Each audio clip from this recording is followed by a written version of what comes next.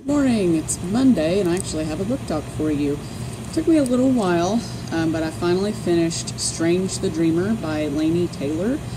She also wrote the series that starts with Daughter of Smoke and Bone, which I've read all of and highly recommend. This one, it's kind of, I wouldn't say exactly similar to her other work in any other respect except that it is very fantastical. It is very different from anything that I've ever read. This book takes place in a world where the main character's name is Laszlo, and he was an orphan, grew up with some monks, and he, as a boy, would listen to this man tell him stories, okay? Stories about this other place. And one day he was listening to this man tell him stories, and he felt the name of the place vanish from his mind. It was just gone. No one could remember what this place was called. It started to be referred to as Weep, but he always wanted to call it, the unseen city, because Weep is not the name.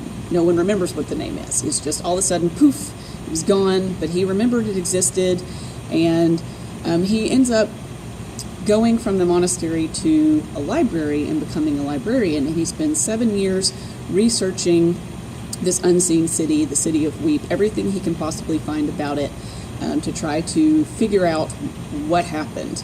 And very close to the beginning of the book, some people show up from this city, and they're gathering people with different expertise to go back to do something that they're not telling anybody what it is. They have a person that makes two people that make flying machines, someone that scaled an impossible to climb tower, an alchemist, a person that does explosions, a natural philosopher, a bunch of different people.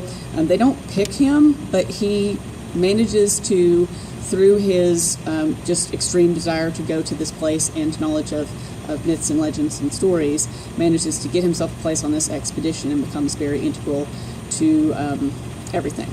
And I'm not going to tell you everything that happens because then you would have no reason to read the book, but if you like really fantastical stories, if you like stories, like I said, that aren't like anything else you've ever read, there's also an element of love, mystery, vengeance, all kinds of stuff going on in this story.